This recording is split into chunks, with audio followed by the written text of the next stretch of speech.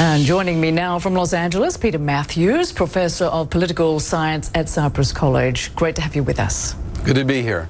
So just 9 weeks away from the November midterm elections, and President Trump is intensifying his attack on Attorney General Jeff Sessions over the indictment of 2 Republican congressmen, tweeting this: "2 easy wins now in doubt. Good job, Jeff."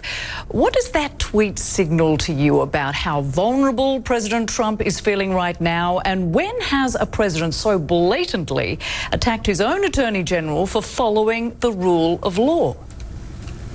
You know, Rosemary, it's just incredibly stunning because this man is saying things that go against the rule of law. He breaks all the rules, all the decorum of the office, and especially the rule of law, which says that no one is above the law. The law should apply evenly and equally to everyone. And he wants these 2 congressmen to be exonerated because his majority might be in danger, or he says they were the early supporters. It's unconscionable that he doesn't look at how the law should be applied fully and fairly and not consider his electoral chances.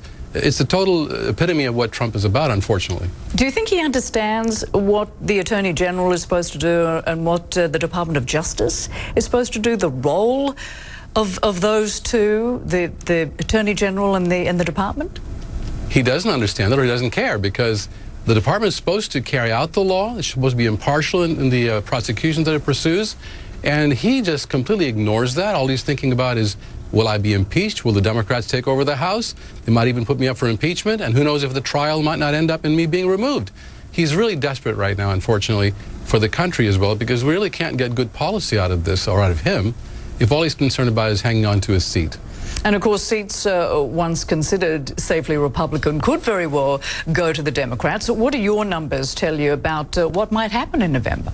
My numbers tell me the Democrats need 23 seats to take over the majority in the House, and they might actually win about 30 seats because, for example, the last 2 special elections showed that the Democrats were outperforming themselves from the previous years by 8 points. And the generic poll that says, would you prefer a Democrat or Republicans to lead Congress, about 6 to 8% higher say Democrat. They want Democratic Congress. So this is a very dangerous situation for Republican incumbents, especially with an unpopular president. Don't forget, President Trump's rating just went down to 36% approval, and 60% disapproval. Is the highest negative rating he's ever had.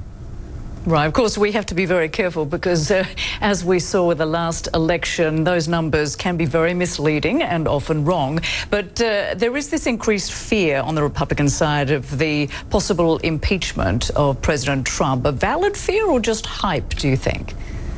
I think it's both. He's hyping it up because he wants to get the Republicans to vote. He's saying, if you don't vote for me, we're going to lose everything. You're going to lose me, and you're going to lose everything that we gained, meaning the right-wing agenda. And at the same time, it's very real because the Democrats take the majority in the House. I think they're sensible enough to look at this carefully and objectively and look for articles of impeachment and vote for them. And the only thing is, will the Senate be in the a large enough number in the Senate to agree with a removal of the president? I think there's a very real threat to the president himself right now in terms of his power, and so he's just flailing around wildly. Right, and in just a few hours from now, confirmation hearings for President Trump's Supreme Court pick, Brett Kavanaugh, get underway. And a lawyer for former President George W. Bush has just released 42,000 pages of documents to the Judiciary Committee. What impact might these documents have? How will they all be reviewed in time? And how likely is it, do you think, that Kavanaugh will ultimately be confirmed? Well, the hearings are tomorrow, and in terms of raw numbers, the Republicans have the larger number of votes in the Senate to confirm him. It only takes a majority vote, 50% plus 1, to confirm him. So the chances are that he'll get confirmed in that sense. But yet, Kavanaugh is disturbing in many ways to a lot of voters, including the women voters of America who want to keep the choice on abortion to be legal. And yet Kavanaugh has waffled on it. He said that that abortion ruling in Roe v. Wade is settled, but on the other hand, he actually opposes abortion in some cases. He had a 17-year-old immigrant woman. He said she could have an abortion, but she has to first find a sponsor, and that family has to counsel her first. So he doesn't believe in the full right of a woman to choose, and this is very dangerous for many, many women, and the freedom of conscience especially. So there's a lot of danger signals about Kavanaugh, and if Democrats or some Republicans, even 1 or 2, vote against him, that could really hurt his chances of nomination, of being confirmed. Yes, as you point out, I mean, there are a number of concerns about Brett Kavanaugh. It's going to be interesting to see what some of this documentation reveals. There's fears about where he stands on abortion rights. There's fears on a number of other issues. What laws might he change, do you think, going by what you know of Brett Kavanaugh at this moment? I know that he's been very anti-labor and pro-corporation, pro-big business, and he ruled against workers who tried to unionize and did unionize. They organized a union in somewhere up in the north of the United States, and they were a factory with the meatpacking workers. And he ruled that in his dissent, he said that the workers have no right to organize in a union. They're not covered by union laws because they were undocumented, most of them. So some of them were documented, others were undocumented. He said those workers as a whole do not have a right to organize because there are undocumented people among them. And that's to me unconscionable. If a person is working in America, they are a worker, and they need protection through collective bargaining.